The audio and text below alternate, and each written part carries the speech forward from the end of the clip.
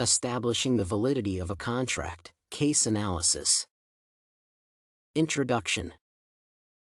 A contract, in its simplest, is a promise or written instructions enforceable by law that guide an agreement between two parties. Usually, the underlying instructions under the contracts allow the parties involved to do what is expected to keep the contract alive. From the start, making a contract requires sound and mutual consent from all parties involved. In this sense, one party must have something to offer, and the other must be willing to accept the offer. Therefore, a legal contract can be defined as a set of promises from all parties and, upon breach, can be enforced by law. In most cases, a contract is sealed through signing documents that describe terms and conditions that must be kept throughout the engagement. However, both parties can also form legal contracts through verbal or interactive emails. Upon agreement, the two parties are expected to abide by the engagement's terms and conditions. This paper, therefore, strives to find out if the contract between Ms. Annabelle Day and Second-Hand Rose Proprietary Limited was valid and if she is entitled to a purchase price refund as she claims. Summary statement. Second-Hand Rose Proprietary Limited is an online business platform that sources various wares. The company markets its products by uploading its stocks and new arrivals on its website, where interested customers quickly access them. Moreover, the company attracts new customers by selling the products of their interest at a discount. For example, a dress that costs $500 is sold to new customers at a $50 discount. Recently, the company was involved in a contract with Ms. Annabelle Day, a new customer. She had visited the Second-Hand Rose Proprietary Limited website and ordered a vintage dress for her forthcoming event. Mr. Stefano, a Second-Hand Rose Proprietary Limited sales agent, enthusiastically engaged Ms. Annabelle through the company's way of dealing with business. Moreover, Mr. Stefano sent the terms and conditions to Ms. Annabelle to inform her of the conditions that must be met in a claim for a refund in case the purchase process goes wrong. Since this is an online business, Ms. Annabelle sent a sample of the design that she wanted. On behalf of the company, Mr. Stefano responded with a picture of a dress matching her request. Moreover, Ms. Annabelle was worried about the dress's size since she claimed that she had added a bit of weight during the lockdown period. Mr. Stefano informed her that the company had a policy where they could send the cloth for her to try on, and if it did not fit, it should be returned.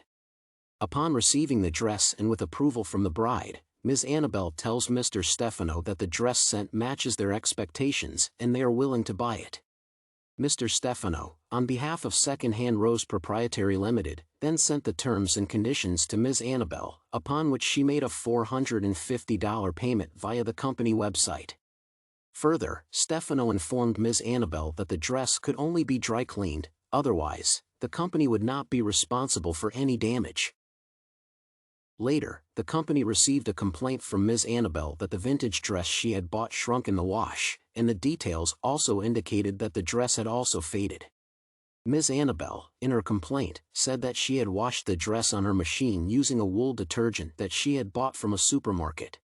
Thus, she requested a refund claiming that the dress was not up to standard. Should Second-Hand Rose Proprietary Limited adhere to her request? Statement of facts. A legal contract between two or more parties should satisfy some conditions to be workable. According to Klass, the first characteristic of a legal agreement is the permitted purpose. This was explained by Jansen and Jarovic that a contract must have a lawful motive that does not go against the law. As Sala-Climent identified, the second characteristic of a legal contract is mutual agreement from both parties. This is further reinstated by Davies, who claimed that one party in the agreement must extend an offer that the other party willingly accepts. Another condition that renders a contract valid is the consideration that must be adhered to by both parties. In addition, each party involved must give something held by either side as valuable. Schultnoke presented that when sealing a contract, all parties must have a sound mind and make an informed decision as the contract is concerned. Lastly, the contract's validity must be met with genuine consent from all parties involved in the agreement. Analysis.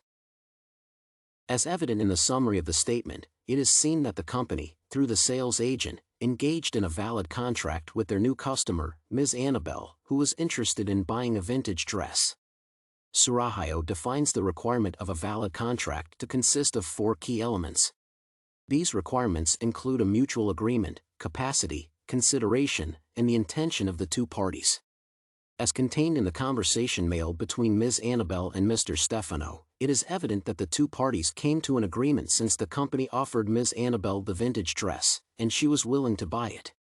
Moreover, Stefano sent Annabelle terms and conditions that she ought to have understood before she opted in for the contract. As Nicholas says, both parties in a contract must have the ability to understand the terms and obligations that govern the agreement.